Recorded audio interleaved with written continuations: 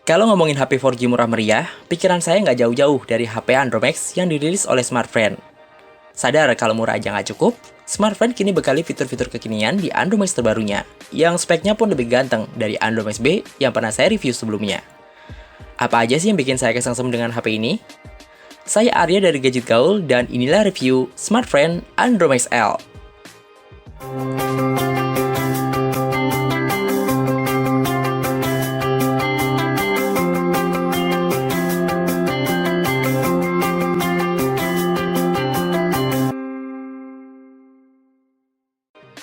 Kurang lebih 2 minggu nyobain Andromax L, saya mau share apa yang enak dan yang nggak enak pakai HP ini. Mulai dari yang enak dulu kali ya. Pertama kali megang Andromax L, saya cukup dibikin nyaman sama desain HP ini. Bagian belakangnya bertekstur grid yang nggak licin kalau digenggam. Kesan murahan dari bahan plastik yang membungkus bodi HP ini sedikit tertutupi saat melihat bagian layarnya. Iya, layar Andromax L ini pakai desain 2,5D yang bikin nyaman buat swipe-swipe di menu di layar. Gadgetis juga nggak perlu khawatir kaca ini gampang kegores, karena layar Andromax L udah dilindungi sama kaca kuat Dragon Trail, plus anti gores bawaan.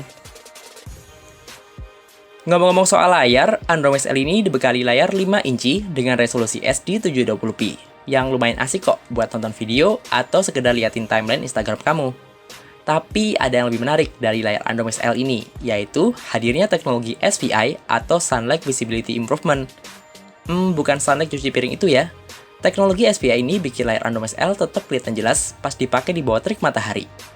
Nggak 100% jelas sih, masih ada efek reflektifnya. Cuma visibility-nya jelas lebih baik daripada HP Android sekelasnya yang biasanya dibekali teknologi layar yang apa adanya. Sama kayak Andromax B, Andromax L ini juga berjalan dengan sistem operasi Android 6.0 Marshmallow yang nggak pakai UI macam-macam. Stok aja, yang sebenarnya jadi lebih enteng, tapi kadang-kadang juga ngebosenin. Meski pakai stok UI, Andromax L ini punya fitur yang lumayan loh. Fitur gestur, pola huruf, dan juga double tap to wake nggak absen di HP ini. Lumayan responsif kok gesturnya, buat buka macam-macam perintah.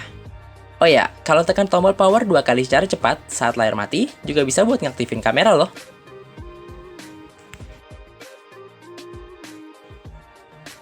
Nggak cuma itu aja yang menarik dari Android Marshmallow di HP ini.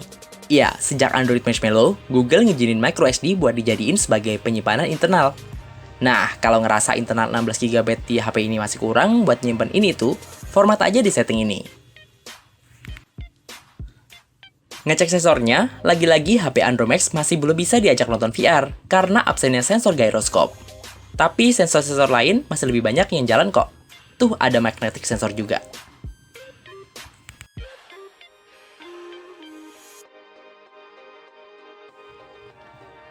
Lalu gimana performa keseharian Andromax L? Diotaki chipset 4 inti Snapdragon 212 besutan Qualcomm yang dipadukan dengan RAM 2GB, kinerja HP ini terbilang lumayan. Buka tutup aplikasi, pindah-pindah aplikasi dari recent apps masih bisa dieksekusi dengan lancar, meski nggak bisa dibilang gesit. Buat main game mulai dari yang grafisnya standar sampai yang grafisnya 3D, semuanya masih bisa dimainkan dengan lancar, meski nggak bisa dipungkiri kalau masih ada lag dikit di sela-sela permainan. Ya lihat aja profil GPU-nya yang entry level banget, yaitu pakai Adreno 304 dengan clock speed 486 MHz. Penasaran sama skor Antutunya? Tembus 23 ribuan. Nah, bagi sebagian orang sih nggak peduli skor Antutunya mau berapa, asal nyaman pas dipakai dan nggak banyak trouble.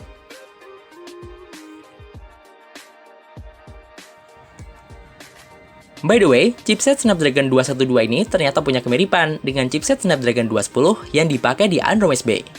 Ya, meskipun terbilang cupu karena masih berbasis 32 bit, chipset ini ternyata udah support fitur VoWiFi. Wi-Fi. Ngomong-ngomong, VoWiFi atau Voice over Wi-Fi ini akan jadi teknologi andalan smartphone setelah VoLTE-nya. Ketika sinyal seluler di HP ini minim, misalnya pas lagi berada di dalam gedung, kamu bisa manfaatin koneksi Wi-Fi yang tersedia supaya sambungan teleponnya tetap lancar. Prinsipnya sih mirip dengan VoLTE, cuma VoWiFi ini ngandelin koneksi Wi-Fi. Mantap kan? Nah, untuk mengaktifkannya juga cukup mudah kok. Tinggal tap aja opsi VoWiFi dari Quick Toggle. By the way, fitur ini masih dalam tahap beta dan akan segera diresmikan smartphone dalam waktu dekat.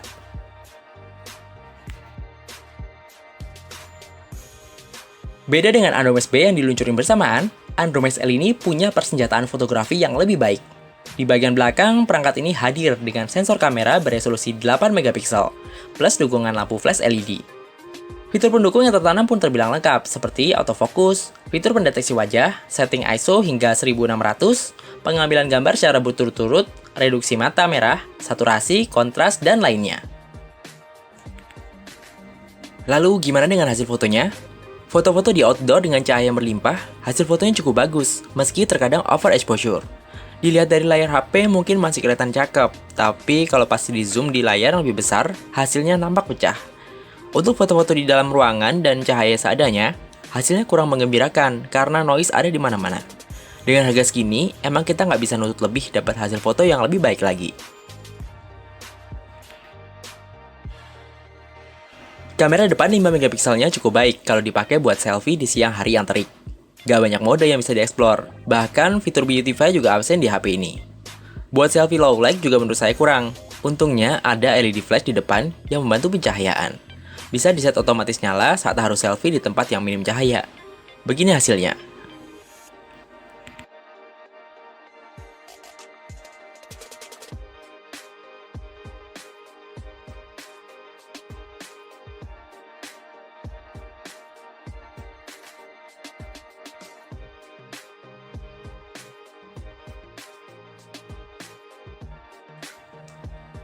Dibanderol dengan harga sejutaan, tentu masih ada catatan yang mungkin bikin saya atau kamu kurang tertarik sama HP ini.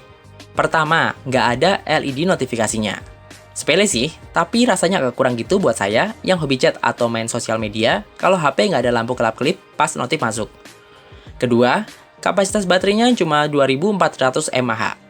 Soal daya tahannya sih masih lebih baik daripada Android XP. Screen on time-nya di atas 3 jam, tapi masih belum bisa diajak main seharian.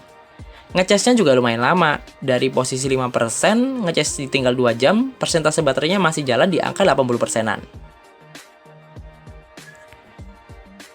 Kesimpulannya, Android XL ini cocok buat kamu yang pengen HP 4G dengan sistem operasi Android Marshmallow yang nggak bikin kantong kamu jebol. Harga emang lebih mahal daripada Android XP, namun kamu bisa dapetin experience yang lebih ganteng, mulai dari desain sampai kamera. Dukungan VoIP Wi-Fi juga bisa jadi nilai plus, yang mungkin belum tentu kamu temuin di HP Android sekelasnya.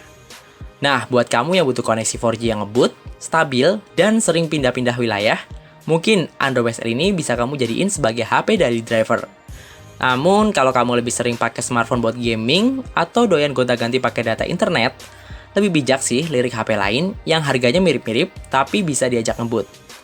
Murah atau mahal, semuanya kembali lagi pada selera, kebutuhan, dan pastinya budget gadgeters. Untuk spek lengkap dan link pembelian, kamu bisa cek linknya di kolom deskripsi di bawah video ini ya. Saya Arya dari Gadget Gaul undur diri, sampai ketemu di video selanjutnya.